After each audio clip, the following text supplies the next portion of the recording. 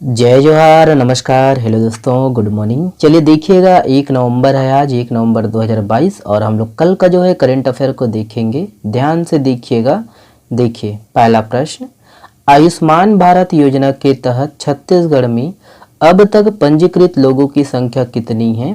यहाँ पर ऑप्शन है, करेक्ट आंसर है ऑप्शन नंबर ए है 1.59 करोड़। ध्यान दीजिएगा। देखिएगा कि आयुष्मान भारत योजना के तहत छत्तीसगढ़ में अब तक पंजीकृत लोग जो है 1.59 करोड़ है। ध्यान दीजिए। और इसमें 30 लाख लोगों को जो है इलाज मिल चुका है। इस योजना से छत्तीसगढ़ के 1599 अस्पताल जुड़े हुए हैं। इसमें अब तक छत्तीसगढ़ को 3032.52 करोड़ रुपए जो है खर्च हुए हैं। ओके, याद रखना है। आयुष्मान भारत योजना के तहत देश के कुल 15.88 करोड़ लोग जो है ये पंजीकृत हो चुके हैं।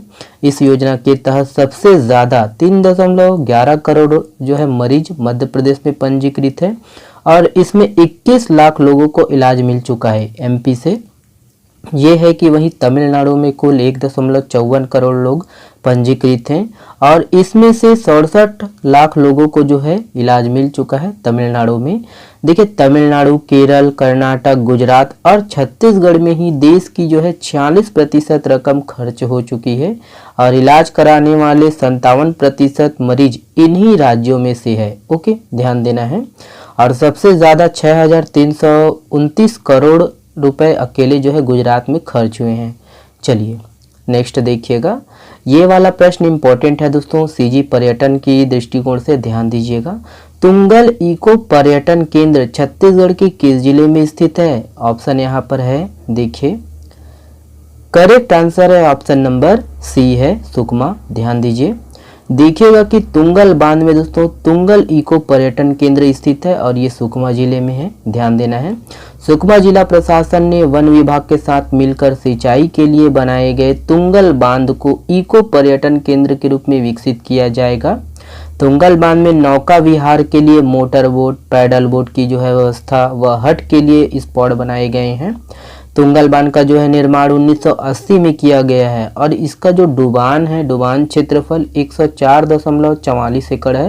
हेक्टेयर में 544 हेक्टेयर। ध्यान दीजिएगा। देखिए कि इसकी ग्रॉस स्टोरेज क्षमता जो है 51.87 मिलियन क्यूबिक फीट पानी है और तुंगल बांध के जो है डुबान का क्षेत्रफल ज़्यादा ना हो, इस कारण बांध के जो है डिज़ाइन इस तरह किया गया है कि बारिश का जो पानी है इसमें इकट्ठा हो जाता है और वियर वेस्ट का जो पानी है बरसाती नाले से होकर ये सबरी नदी में जाता है। ओके, चलिए नेक्स्ट देखिएगा। ये है, निम्नलिखित में से किस प्राचीन शिव मंदिर को सेल द्वारा गोद लिया जाएगा? यहाँ पर ऑप्शन है, देख लीजिए। करेक्ट आंसर है दोस्तों ऑप्शन नंबर ई है, शिव मंदिर देवबलौदा दुर्ग। ध्यान दीजिएगा। देखिएगा कि दुर्ग जिला अंतर्गत देवबलौदा स्थित ऐतिहासिक और आर्कियोलॉजी महत्व के कलचुरी कालीन शिव मंदिर को सेल द्वारा गोद लिया जाएगा। ध्यान देना है। और यह केंद्र संरक्षित स्मारकों में से एक है और इसके लिए सेल और आर्कियोलॉजी सर्वे ऑफ इंडिया के बीच अनुबंध होना है। और हाल ही में इस ऐतिहासिक और आर्कियोलॉजी महत्व के कलचुरी कालीन शिव मंदिर का जो है सेल चेयरमैन सोमा मंडल और डायरेक्टर इंचार्ज अनिर्बान दासगुप्ता ने निरीक्षण किया। देखिएगा कि इस मंदिर का निर्माण 13वीं और 14वीं शताब्दी में हुआ है। ध्यान देना है। और यहाँ बनी प्राचीन भित्तियों, कलाकृतियों, स्थापित मूर्तियों समेत स्थल का जो है संरक्षण और संवर्धन करना है। चलिएगा अगला प्रश्न। देखिए किस राज्य में राष्ट्रीय स्तर के सिकल सेल रिसर्च सेंटर की स्थापना की जाएगी? ऑप्शन है यहाँ पर, करेक्ट आंसर है ऑप्शन नंबर बी है अपना छत्तीसगढ़। देखिएगा दोस्तों कि छत्तीसगढ़ में जल्द ही राष्ट्रीय स्तर के सिकल सेल रिसर्च सेंटर की स्थापना की जाएगी और हाल ही में मुख्यमंत्री भूपेश बघेल ने प्रदेश के 28 जिलों में सिकल सेल प्रबंधन केंद्र का जो है उद्घाटन किया गया है।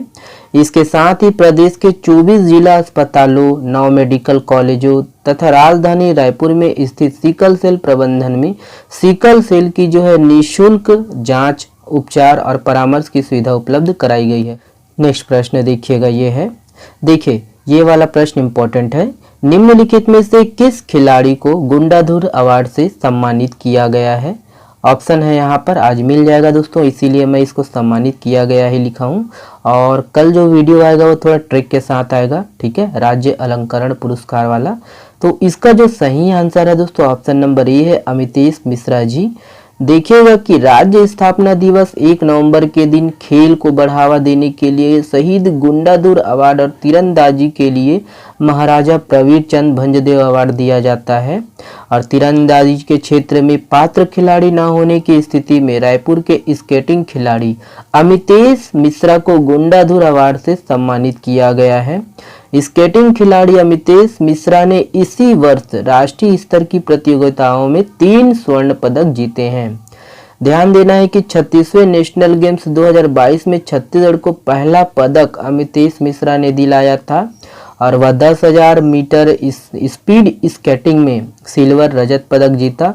और इसी जो है ये राष्ट्रीय खेल में छत्तीसगढ़ को दोस्तों उन्हीं ने वही है पहला पदक दिलाया था।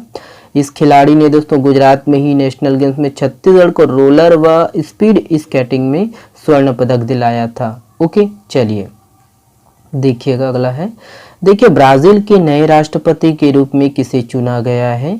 ऑप्शन यहाँ पर है और करेक्ट आंसर है दोस्तों ऑप्शन नंबर सी है, लुइज इनासियो लुला डा सिल्वा, यही है। तो देखिएगा कि लुइज इनासियो लुला डा सिल्वा तीसरी बार ब्राजील के राष्ट्रपति का चुनाव जीत लिया है और उन्होंने इस बार चुनाव को दोस्तों काफ़ी अंतर से जीता है, जिसमें उन्होंने बोल्सोनारो को हराया। लुइज इनासियो लुला डा सिल्वा को लुला के नाम से भी जाना जाता है और वह ब्राज़ील की वर्कर्स पार्टी के नेता हैं। चलिए, किस जिले के स्वर्गीय BR यादव स्पोर्ट्स स्टेडियम में सेकेंड नेशनल एथलेटिक्स चैंपियनशिप की शुरुआत हुई है? ऑप्शन को देख लीजिए, यहाँ पर है।